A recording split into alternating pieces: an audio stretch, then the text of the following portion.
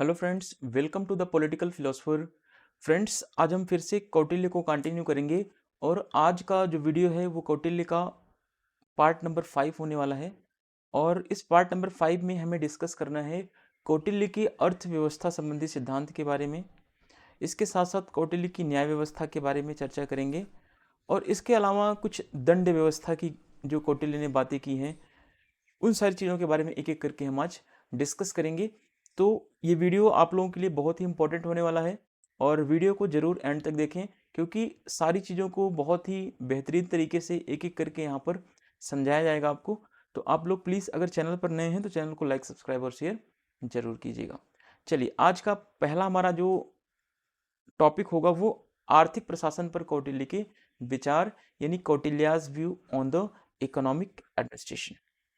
तो सबसे पहला हमें देखना है कि प्राचीन भारतीय राजनीति शास्त्री होने के बावजूद कौटिल्य ने धर्म की तुलना में अर्थ को ज्यादा प्रधानता दी है। अर्थ का मतलब यहाँ पर धन से है, ठीक है।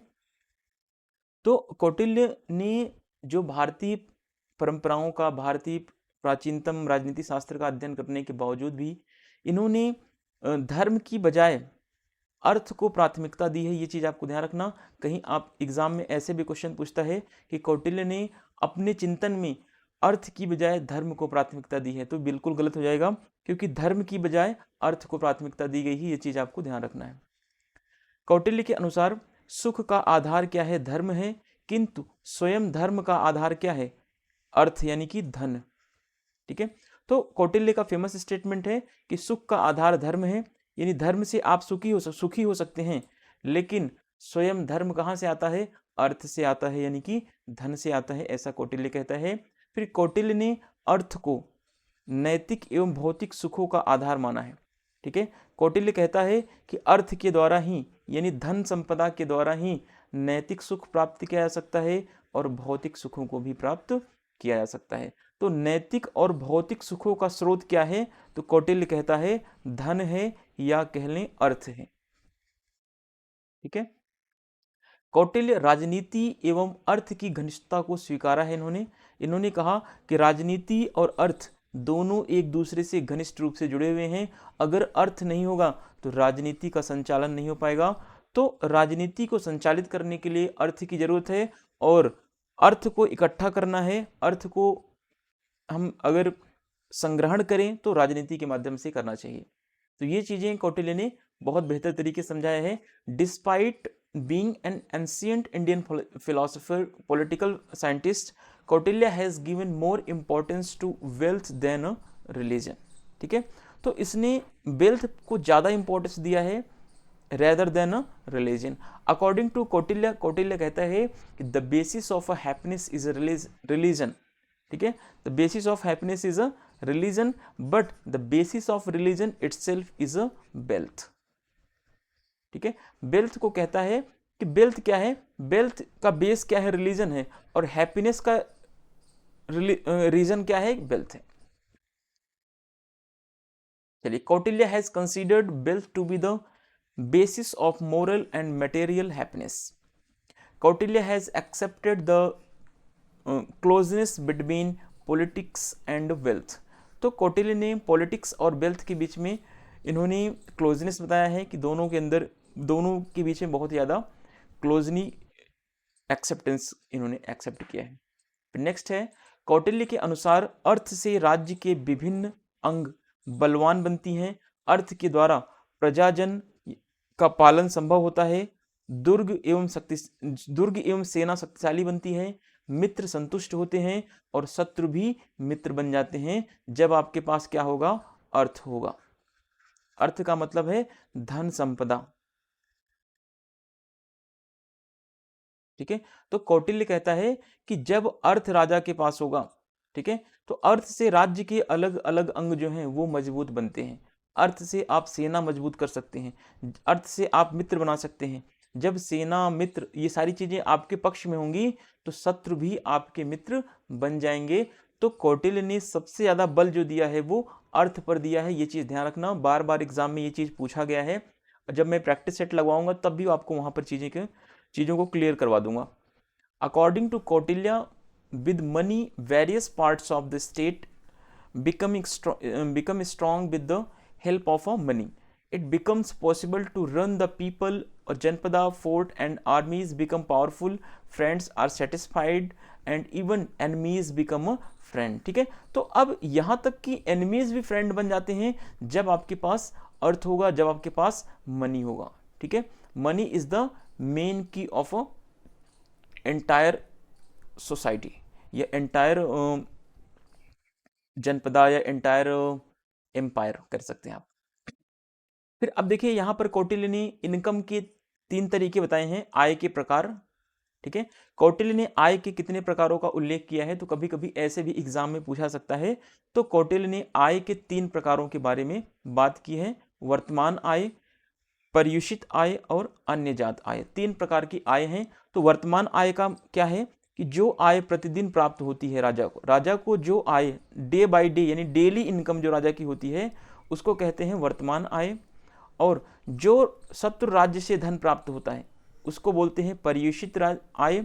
तीसरा है जुर्माने के रूप में जो आय प्राप्त होती है राजा को उसको बोलते हैं अन्य जात आय. ठीक है, types of income, Kautilya has describe 3 types of income, वर्तमाना, पर्युषित एंड अन्य जात. ठीक है, income which is received daily इसको बोलते हैं वर्तमान इनकम.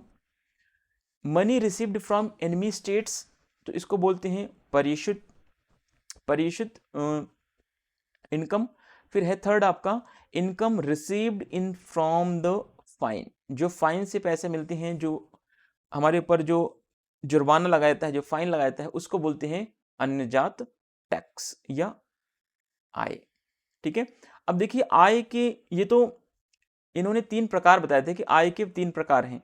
अब लेकिन आय के साधन कितने हैं, तो कौटिल्य ने कहा कि आय 2 तरीकों से, 2 साधनों के माध्यम से, एक तो सामान्य काल में, दूसरा आपातकाल में. इन दोनों के बारे में क्या करते हैं, तो आय के साधनों के बारे में 2 तरीके की बातें इन्होंने बताई कि सामान्य काल में आय यानी इनकम कैसे जनरेट किया जाए, और इमरजेंसी अगर राष्ट्र में लग जाए तो इमरजेंसी के टाइम में कैसे हम इनकम को जनरेट करें. तो कौटिल्य ने कहा कि सामान्य काल में कौटिल्य के अनुसार आय के कितने प्रकार थे, आय के साधन कितने हैं, तो 7 साधनों की बात की है. आय के प्रकार की बात कितनी की गई है, तो आय के प्रकार जो है वो 3 प्रकार की आय हैं. यहां ऊपर आपने जस्ट पढ़ा है कौटिल्य के अनुसार आय के कितने प्रकार हैं, तो 3 प्रकार हैं. लेकिन आय के साधन कितने हैं, तो सामान्य काल में आय के 7 साधन हैं, 7 मीन्स हैं इसके. पहला है दुर्ग संबंधी आय, दूसरा है जनपद संबंधी आय, तीसरा है खान संबंधी आय, चौथा है सेतु संबंधी आय, पांचवा है वन संबंधी आय, छठा है ब्रज संबंधी आय, और सातवां है आपका वाणिक या पथ संबंधी आय. तो ये 7 जो हैं सामान्य काल में आय के साधन हैं. दूसरा आय के साधन के बारे में जो चर्चा की है वो आपातकाल के संदर्भ में कौटिल्य ने की है. और कौटिल्य ने बताया कि आपातकाल के समय के लिए आय के संबंध में कौटिल्य ने 2 बातें कही हैं. कौन कौन सी, पहली बात बताई है कि अकाल जब हो, दुर्भिक्ष महामारी के समय प्रजाजन को करों में राहत देनी चाहिए. ठीक है, तो यहाँ पर कौटिल्य कहता है कि जब राज्य में आपात स्थिति लगी हो, जब महामारी, जब ये अलग अलग तरीके की अकाल, सूखा, बाढ़ जैसी प्राकृतिक आपदाएं हैं, तो उस समय राजा को प्रजा के ऊपर टैक्स नहीं लगाना चाहिए, प्रजा को करों से मुक्त कर देना चाहिए. दूसरी बात कहते हैं कौटिल्य इमरजेंसी के टाइम में कि अगर बाह्य आक्रमण या युद्ध के समय करों में वृद्धि की जानी चाहिए. ठीक है, दूसरी बात कौटिल्य कहता है राजा के लिए कि जब दूसरे देशों के साथ हमारा आक्रमण चल रहा हो, या शत्रु देश हमारे ऊपर आक्रमण कर दिया हो, या हमने शत्रु देश के ऊपर आक्रमण किया हो, तो युद्ध के समय टैक्स में क्या कर देना चाहिए, इंक्रीमेंट यानी कि वृद्धि कर देनी चाहिए. अब यहाँ पे source of the income 2 types के बताया है, इन नॉर्मल टाइम्स, दूसरा in case of emergency. Normal times में कौटिल्य ने बताया है during the normal times there are 7 sources of income, fort related income, district related income, mine related income, bridge related income, forest related income and ब्रज related income, and last है आपका वणिक पथ related income. ये 7 types के क्या हैं, income के resource हैं जो कि नॉर्मल कंडीशन में या नॉर्मल सिचुएशन में ये लगाए जाते हैं राजा के द्वारा।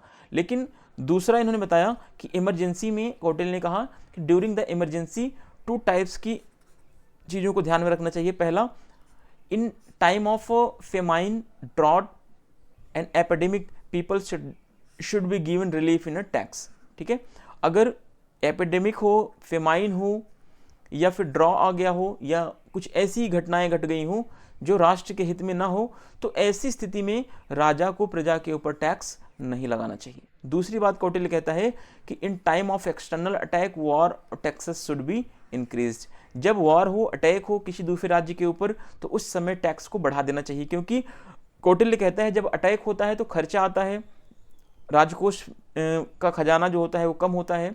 ठीक है, तो उस हिसाब से टैक्स में इंक्रीमेंट करना चाहिए, जिससे कि अधिक से अधिक सेना या अन्य चीज़ों का हम वहन कर पाए। अब देखिए, सामान्य काल में आय के साधन के बारे में जो अभी आपने पढ़ा है कि 7 प्रकार के आय के साधन बताए इन्होंने। पहला है दुर्ग संबंधी आय, एक एक करके यहाँ पर डिटेल में समझेंगे। इसमें शुल्क, दंड, जुर्माना, राजकीय कारखानों से उत्पन्न बिक्री से होने वाली आय, देवालयों से होने वाली आय भी शामिल है, तो दुर्ग संबंधी आय में। ठीक है, दूसरा है जनपद संबंधी आय। इसमें बहुत सारे आय को शामिल किया गया है, जैसे भाग है। भाग का मतलब है भाग से आय कैसे इकट्ठा किया जाए, खेती की उपज से प्राप्त आय। सीता मतलब राजकीय भूमि से प्राप्त आय। विविध का मतलब सरकारी चारागृहों से प्राप्त आय। बलि का मतलब है धनिक व्यक्तियों से प्राप्त उपहार के रूप में आय। नदी पाल का मतलब है कि अगर आप नदी जब पार करते हैं तो उतराई के रूप में, जैसे राम जी ने नदी पार की था, गंगा जी पार किया था केवट के नाव से, तो उन्होंने नदी पार करने के बदले में कुछ उपहार दिया था या उतराई दिया था। फिर अगला है आपका छठा है कर के रूप में, यानी कि अधीनस्थ राज्यों से प्राप्त वार्षिक धन। ये जो है कुछ जनपद और आय संबंधी आय के बारे में बताया गया है।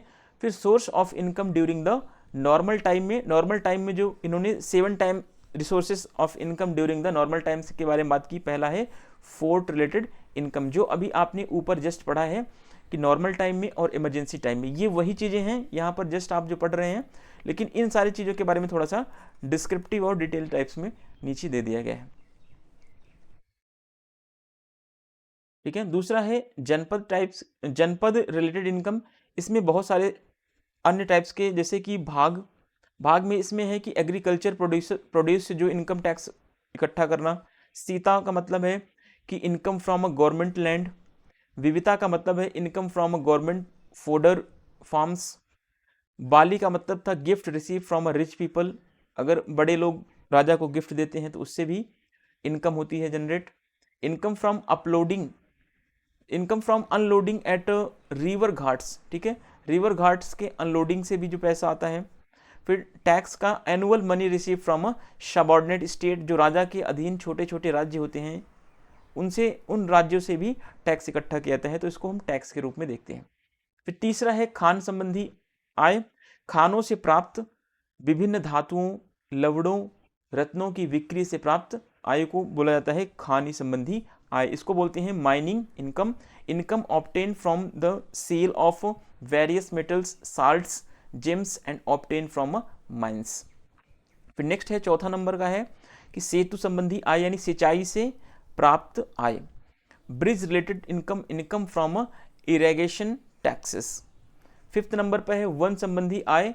वनों से जो प्राप्त आय होता है, जंगलों से जो इमारती लकड़ियां होती हैं, जो मूल्यवान लकड़ियां होती हैं, उनको, लकड़ियों को बेच करके या उनका उपयोग करके जो टैक्सेस मिलता है, जो पैसे मिलते हैं, उनसे भी टैक्स इकट्ठा किया जाता है, उससे भी इनकम जनरेट करने की बात कौटिल्य ने बताई। Forest related income, income obtain from the forest. Braj का मतलब है पशुओं की बिक्री पर लगाए जाने वाले टैक्स से जो कर मिलता है उसको बोलते हैं ब्रज। फिर वाणिज्य या पथ संबंधी आय का मतलब है व्यापार के मार्ग से होने वाले आय के बारे में। मर्चेंट पथ रिलेटेड इनकम, तो income received from a trade outside, इसके बारे में यहाँ पर आपको बताया गया। फिर इसके अलावा वाणिज्य पथ के अलावा इसमें बताया गया है कि लावारिस संपत्ति जिसका कोई स्वामी न हो, तो उस संपत्ति को भी राज्य के द्वारा, राजा के द्वारा ले लिया जाता था, तो ये भी वाणिज्य पथ संबंधी आय के अंदर जुड़ा हुआ था, यानी जिसका कोई क्लेम न हो जिस प्रॉपर्टी का। अब हमने देख लिया आय संबंधी चीज़ों को, अब देखेंगे एक्सपेंसेस क्या होती हैं, व्यय कैसे किए जाते हैं। ठीक है, हमने इनकम के सोर्सेस को देख लिया। अब हम देखेंगे कि हमारा जो इनकम हो गया अब हम खर्च कैसे करेंगे, यानी कि व्यय के प्रकार, टाइप्स ऑफ एक्सपेंसेस। तो टाइप्स ऑफ एक्सपेंसेस में इन्होंने 4 प्रकार के व्यय के बारे में बात की, ठीक है। कौटिल्य ने वैसे 4 प्रकार के व्यय के बारे में बताया है। Kautilya has describe 4 types of expenses. पहला इन्होंने बताया कि नित्य व्यय, जिसको रूटीन एक्सपेंसेस बोलते हैं, इसमें आता है प्रतिदिन होने वाले व्यय, स्थायी प्रकृति के होते हैं, जिसको daily expenses of a permanent nature, ठीक है। फिर दूसरा इन्होंने बताया कि नित्योत्पादिक व्यय यानी रूटीन एक्सपेंडिचर। इसमें क्या है, पहले से तय नित्य व्यय से होने वाला अधिक व्यय, अर्थात नित्य व्यय से उत्पन्न व्यय। Expenditure in excess of the pre decided regular expenditure arising from a regular expenditure. तीसरा इन्होंने बताया कि लाभ व्यय यानी बेनिफिट एक्सपेंसेस क्या है, लाभ प्राप्ति के लिए किया जाने वाला खर्च को क्या बोलते हैं, लाभ व्यय कहा जाता है। Expenses according obtain benefits. फिर है 4th नंबर लाभोत्पादिक व्यय, प्रॉफिट मेकिंग एक्सपेंसेस, पहले से तय लाभ व्यय से होने वाला अधिक व्यय, अर्थात लाभ व्यय से उत्पन्न होने वाला व्यय क्या है, ये लाभो उत्पादित व्यय कहलाता है। Expenses in the excess of a predetermined profit expenditure, expenses arising from the profit expenditure, ठीक है। तो ये कुछ टाइप्स हैं, इनको आप बहुत ज़्यादा इस पर आप रटने की कोशिश मत कीजिएगा, वैसे कॉमन चीज़ें आप समझिएगा। अब व्यय की प्रमुख मदें, ठीक है। तो अब पैसा और कहाँ कहाँ पर खर्च किया जाएगा, तो देव पूजा पर खर्च होगा, देवालयों यज्ञशालाओं के लिए खर्च किया जाएगा। पितृ पूजा का मतलब है वेद पाठी ब्राह्मणों एवं अन्य श्रेष्ठ विद्वानों के निर्वाह पर होने वाला खर्च। फिर स्वास्तिवाचन का मतलब है शांति एवं नैतिक उत्पादन के लिए प्रयत्नशील आचार्यों पुरोहितों पर होने वाला खर्च, इसको बोलते हैं स्वास्तिवाचन खर्च। फिर है 4था नंबर अंतःपुरा यानी राजमहल के लिए होने वाला खर्च, अंतःपुरा खर्च के अंतर्गत आता है। फिर महानस आता है समस्त राज परिवार व राजमहल के पशु पक्षियों पर होने वाला खर्च जो है महानस खर्च कहलाता है। और द्रुत प्रवर्तन खर्च क्या है, समस्त राजदूतों और गुप्तचरों पर होने वाला खर्च। गौमंडल क्या है, पशुधन के लिए होने वाला खर्च। भृति क्या है, तो भृति है समस्त भृतियों का वेतन। वृष्टि क्या है, तो राज्य के मजदूरों व कुलियों पर खर्च किया जाने वाला पैसा, इसको वृष्टि कहते हैं, ठीक है। इतनी चीजें आपको एक मोटा मोटा समझना चाहिए, रटने की कोशिश मत कीजिए, क्योंकि यहाँ पर इतनी चीजें डिटेल में पढ़ाई जा रही हैं, आप रटेंगे तो आप परेशान होंगे, ठीक है। चीज़ों को सीखिए, कितने टाइप्स के व्यय हैं, कितने टाइप्स के इनकम है, कितने टाइप्स के एक्सपेंडिचर हैं, इन सारी चीज़ों को आप एक एक करके यहाँ पर सीख सकते हैं।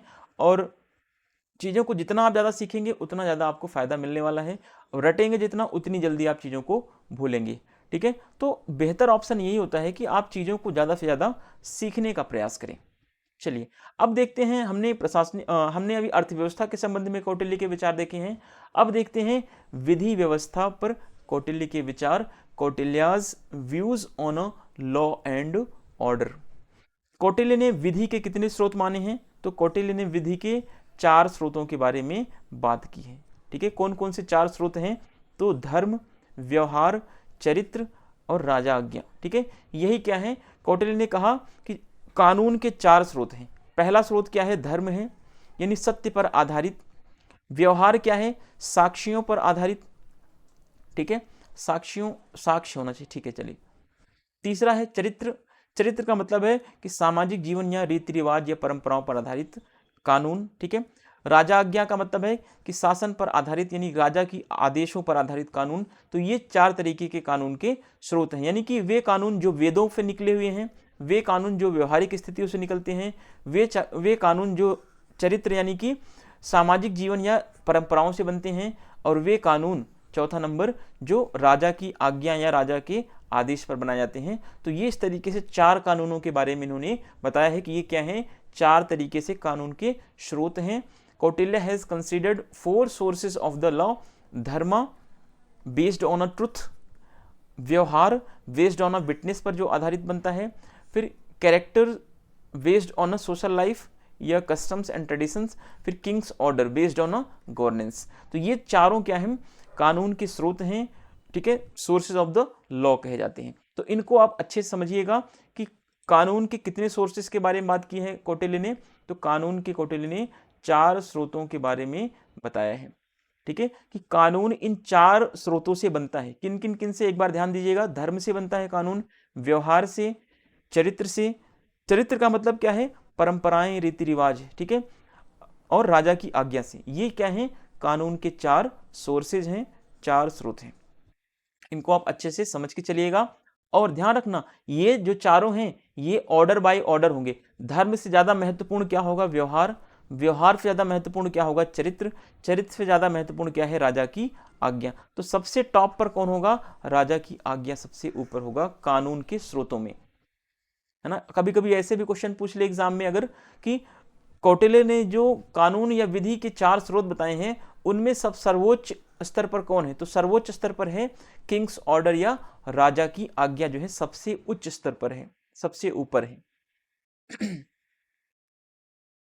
चलिए आगे देखिए, चारों का स्वीकार्यता क्रम न्यून से अधिक, यानी धर्म से अधिक व्यवहार, व्यवहार से अधिक चरित्र, चरित्र से अधिक राजा की आज्ञा स्वीकारणीय है, ठीक है।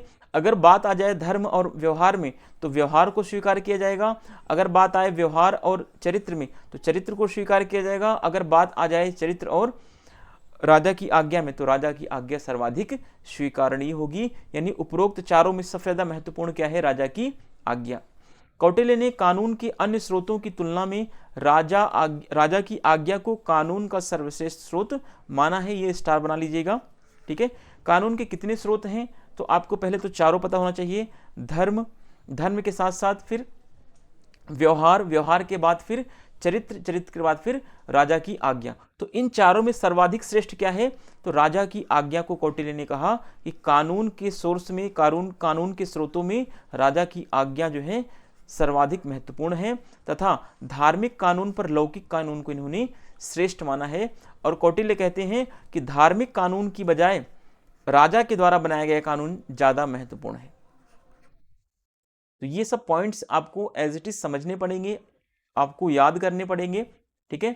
The order of acceptability of all 4 is a least behavior is a more acceptable than the religion, character is a more acceptable than the behavior, and royal order is a more acceptable than the character। तो ये चारों क्या है, सबसे important क्या है इसमें, Kautilya has consider royal order to be the best source of the law as compare to the other sources of the law, ठीक है, इसको स्टार बना लीजिएगा। And has described secular law to be superior to the religious law. और इन्होंने कहा कि secular law जो है वो सुपीरियर है किससे, रिलीजियस लॉ से। चलिए आगे देखते हैं, अगली हेडिंग है हमारी न्याय व्यवस्था पर कौटिल्य के क्या विचार हैं। कौटिल्य के अनुसार न्याय क्या है, न्याय की व्यवस्था कैसे कैसे होनी चाहिए, इन सब चीजों के बारे में एक एक करके यहाँ पर समझते हैं। कौटिल्य के अनुसार राजा का प्रमुख दायित्व क्या है, प्रजा पर न्यायपूर्वक शासन करना है, तथा जो राजा अपनी प्रजा को न्याय दिलाने में असमर्थ होता है वह शीघ्र ही राज्य सहित नष्ट हो जाता है। तो कौटिल्य कह रहे हैं कि राजा का प्रमुख कार्य क्या है, कि न्याय संगत शासन करना, ठीक है। अगर राजा न्यायपूर्वक शासन नहीं कर पा रहा है तो कौटिल्य कहते हैं कि वह राजा और राज्य दोनों जल्द ही उनका पतन हो जाता है। आगे कौटिल्य कहते हैं अर्थशास्त्र में न्यायपालिका को कार्यपालिका से पृथक रखने जाने का समर्थन किया है। अब आप बताइएगा कि भारत के संविधान की किस अनुच्छेद में कहा गया है कि कार्यपालिका और न्यायपालिका दोनों पृथक होंगे, है ना। किस अनुच्छेद में कहा गया है कि कार्यपालिका और न्यायपालिका दोनों पृथक होंगे, ठीक है। अब अर्थशास्त्र में भी कहा गया है कि न्यायपालिका और कार्यपालिका दोनों क्या होंगे, पृथक होंगे, दोनों के अलग अलग काम होंगे, ऐसा कौटिल्य मानते हैं। जहां न्यायाधीशों से पक्षपात मुक्त रहने की अपेक्षा की गई है, ठीक है। तो पृथक रहने का उद्देश्य ये बताया है कि जिससे कि न्यायाधीश जो है वो बायसनेस ना हो पाए, पक्षपात किसी का न कर पाए। तो इसलिए जो है कार्यपालिका और न्यायपालिका का अलग अलग समर्थन कौटिल्य के द्वारा किया गया है।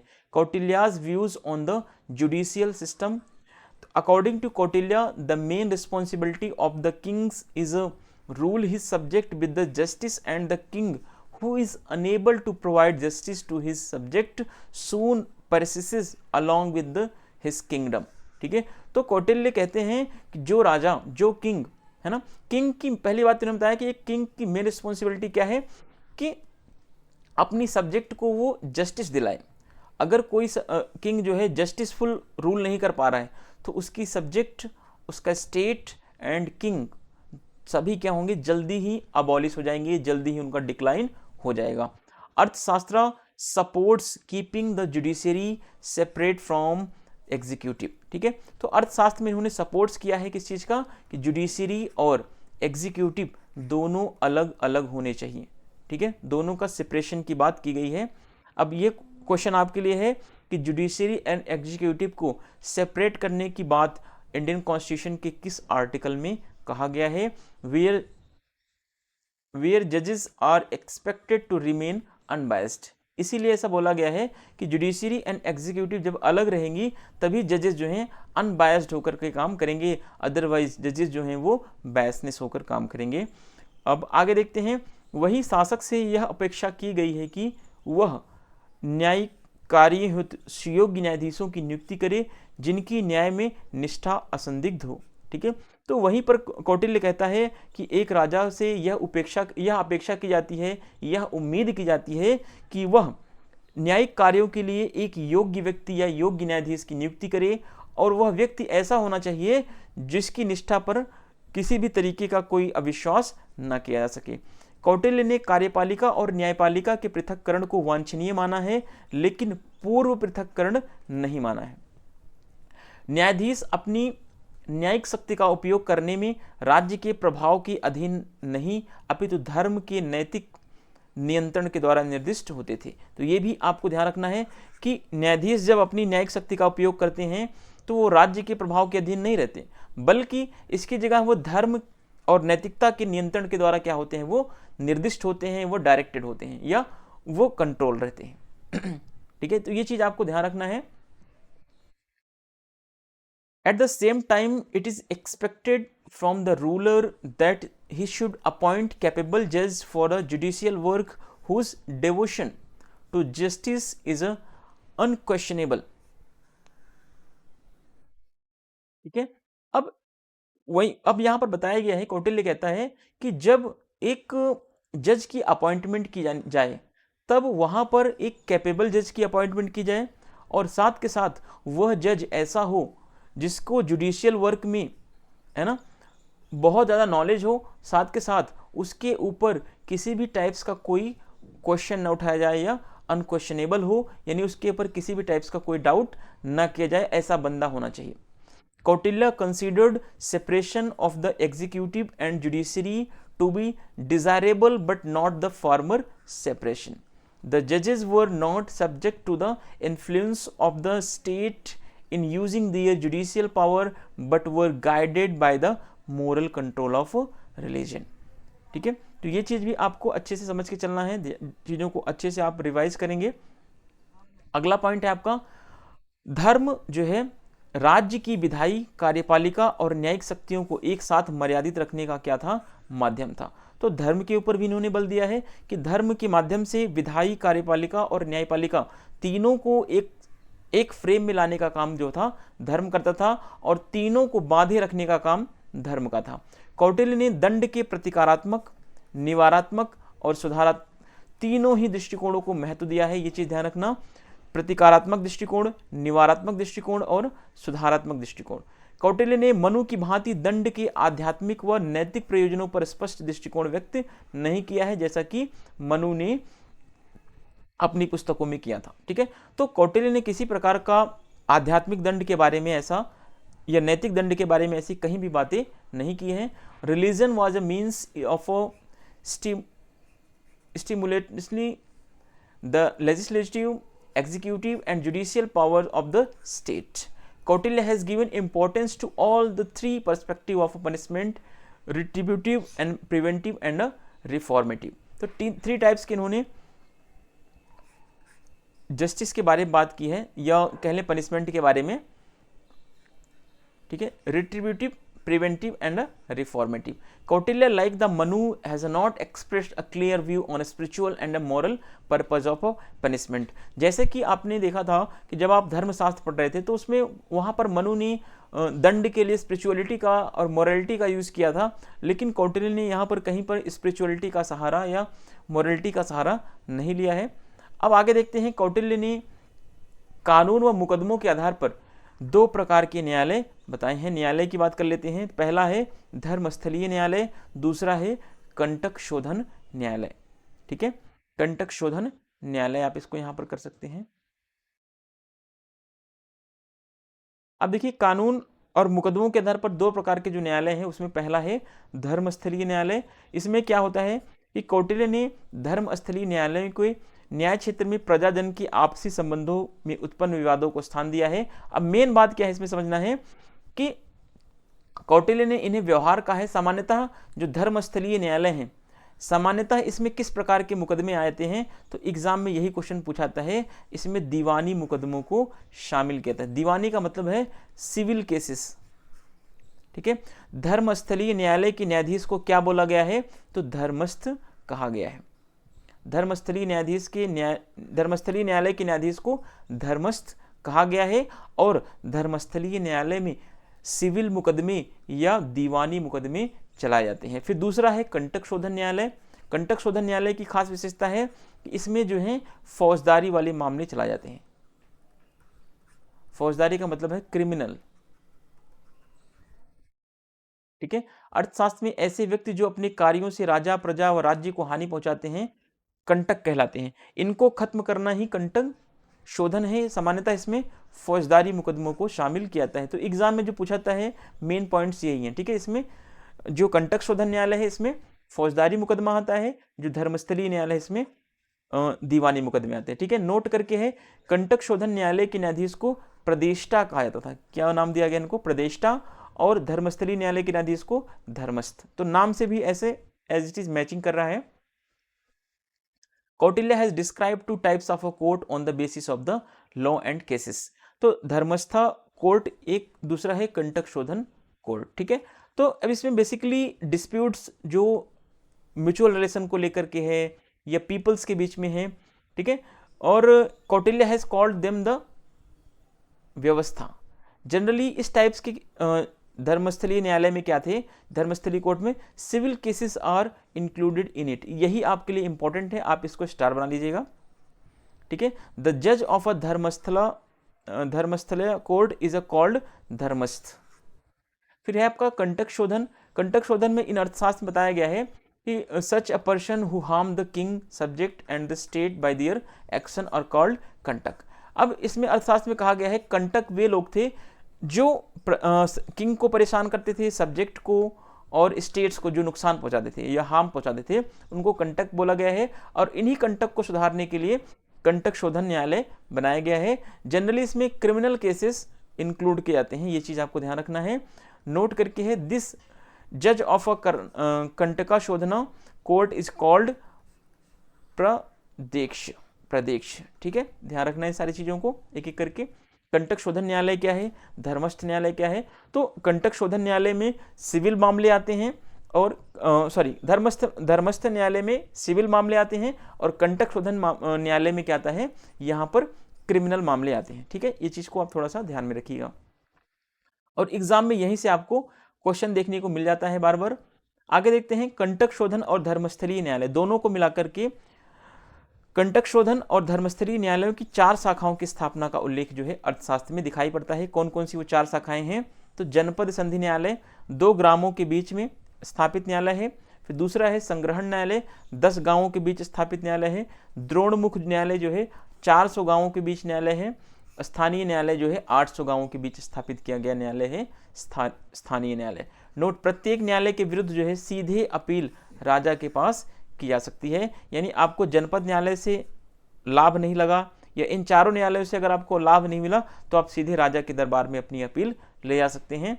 तो इस तरीके से न्यायालय की व्यवस्था या न्याय की व्यवस्था की गई थी। The establishment of 4 branches of a Kantak Shodhana and Dharmasthiya court is mentioned in the Arthashastra. तो फर्स्ट है जनपद संधि न्यायालय, इसमें स्टैब्लिश बिटवीन द 2 विलेजेस। ठीक है, 2 विलेजेस के बीच में स्टैब्लिश किया गया था। फिर court establish between 10 villages. 10 villages के बीच में क्या था, संग्रहण न्यायालय था। फिर द्रोणमुख न्यायालय जो था वो था 400 विलेजेस के बीच में बनाया गया था। फिर स्थानीय न्यायालय जो था वो 800 विलेजेस के बीच में बनाया गया था। नोट करके है an appeal against every court can be made directly to the king. ठीक है, तो आप हर कोर्ट के अगेंस्ट में डायरेक्टली आप किंग के पास भी अपील कर सकते थे, ऐसा बताया गया है। अब देखते हैं दंड व्यवस्था के ऊपर कौटिल्य के क्या विचार हैं, दंड को लेकर के इन्होंने क्या बोला है। ठीक है, दंड व्यवस्था पर कौटिल्य का विचार। कौटिल्य के अनुसार समाज में सुव्यवस्था की रक्षा के लिए न्याय की आवश्यकता होती है। ठीक है, सुव्यवस्था की आवश्यकता के लिए, सुव्यवस्था की रक्षा के लिए न्याय की आवश्यकता होती है, किंतु दंड के अभाव में न्याय व्यवस्था क्या हो जाती है, प्रभावहीन हो जाती है। तो इसीलिए दंड का बहुत ही महत्वपूर्ण रोल है कौटिल्य के राज्य में। कौटिल्य कहते हैं कि जिस राज्य में दंड नहीं होगा वो राज्य क्या होगा, प्रभावहीन हो जाएगा, वहां की न्याय व्यवस्था बर्बाद हो जाएगी, वो राज्य भी समाप्त हो जाएगा। तो दंड बहुत जरूरी है। दंड व्यवस्था का उद्देश्य अपराधी से निर्दोष की रक्षा करना है, न कि समाज में भय की स्थापना करना है। तो ये भी इंपॉर्टेंट पॉइंट्स हैं कि कभी एग्जाम में ऐसा पूछ ले कि कौटिल्य के अनुसार दंड व्यवस्था का उद्देश्य समाज में भय की स्थापना करना है, तो क्या स्टेटमेंट ये सही है? तो बिल्कुल गलत है, क्योंकि दंड व्यवस्था का उद्देश्य क्या है कि अपराधियों से, चोरों से, जो क्रिमिनल्स हैं उनसे सामान्य लोगों की रक्षा करना या निर्दोषों की सुरक्षा करना दंड का मेन उद्देश्य है, ना कि समाज में भय की स्थापना करना। कौटिल्य ने सुधारात्मक, निवारात्मक और प्रतिकारात्मक तीनों प्रकार के दंड को इन्होंने स्वीकार किया है। तो ये चीज आप ध्यान रखिएगा, निवारात्मक, प्रतिकारात्मक और सुधारात्मक। Kautilya's view on the penal system. According to Kautilya, justice is required to maintain good order in a society, but in the absence of punishment, the justice system becomes ineffective. ठीक है, तो कौटिल्य कह रहे हैं कि अगर जस्टिस सिस्टम इनइफेक्टिव तब होगा जब पनिशमेंट की व्यवस्था नहीं होगी। इसीलिए पनिशमेंट क्या है, बहुत जरूरी है। बिना पनिशमेंट के स्टेट भी करप्ट हो जाएगा और जस्टिस सिस्टम भी क्या हो जाएगा, करप्ट हो जाएगा। The purpose of a penal system is to protect the innocent from the criminal, not to install fear in a society. Kautilya has, ठीक है, purpose of the penal system is to the protect the innocent people की सुरक्षा करना, किससे, from the criminals. ठीक है, Kautilya has accepted all three types of punishment, corrective, preventive and retaliatory. ये तीन टाइप्स के इन्होंने पनिशमेंट्स की बात की है। ठीक है, अब देखिए तीन टाइप्स में आप यहां पर देखते हैं कि तीन टाइप्स को कौन कौन से हैं। पहला इन्होंने बताया सुधारात्मक दंड, यानी अपराधी का अंत न करके अपराध वृत्ति का अंत करना है, यानी कि अपराधी जो बार बार अपराध कर रहा है उस अपराध को अंत करना है सुधारात्मक न्याय के अंतर्गत, अपराधी को समाप्त करना यहां पर नहीं है। निवारक दंड में क्या है, अपराधी को दंड दिया जाए तो उससे लोग दृष्टांत के रूप में ग्रहण करें। ठीक है, दृष्टांत का मतलब होता है एग्जाम्पल, है ना। जैसे किसी व्यक्ति को राजा ने क्या दे दिया, फांसी दे दी, तो लोग उसे उदाहरण के रूप में समझे कि अगर हम गलती करेंगे तो हमें भी फांसी मिल सकती है। ठीक है, फिर तीसरा है प्रतिकारात्मक दंड। इस दंड का उद्देश्य जिस व्यक्ति के साथ अपराध हुआ है उसकी हानि की पूर्ति करना। ठीक है, तो प्रतिकारात्मक का मतलब होता है कि अगर किसी व्यक्ति को आपने नुकसान पहुंचाया है तो उस नुकसान की भरपाई आप करेंगे इस दंड के माध्यम से। करेक्टिव पनिशमेंट का मतलब है to end the criminal tendency instead of killing the criminal. ठीक है, क्रिमिनल को किलिंग करने के बजाय क्रिमिनल की टेंडेंसी को किल करना है यहां पर। अब है प्रिवेंटिव पनिशमेंट। प्रिवेंटिव पनिशमेंट में क्या होता है, if the criminal is a punished people should take it as an example. ठीक है, अगर क्रिमिनल को कोई पनिशमेंट मिल रहा है, अगर किसी व्यक्ति ने कोई अपराध किया उसके बदले में उसको अगर पनिशमेंट मिल रहा है तो लोगों को जो पनिशमेंट मिला उसको, अपराधी को या क्रिमिनल को, तो लोग या प्रजा उसको एग्जाम्पल के रूप में देखें कि आगे अगर हम भी ऐसा कोई काम करेंगे तो हमें भी ऐसा पनिशमेंट मिल सकता है।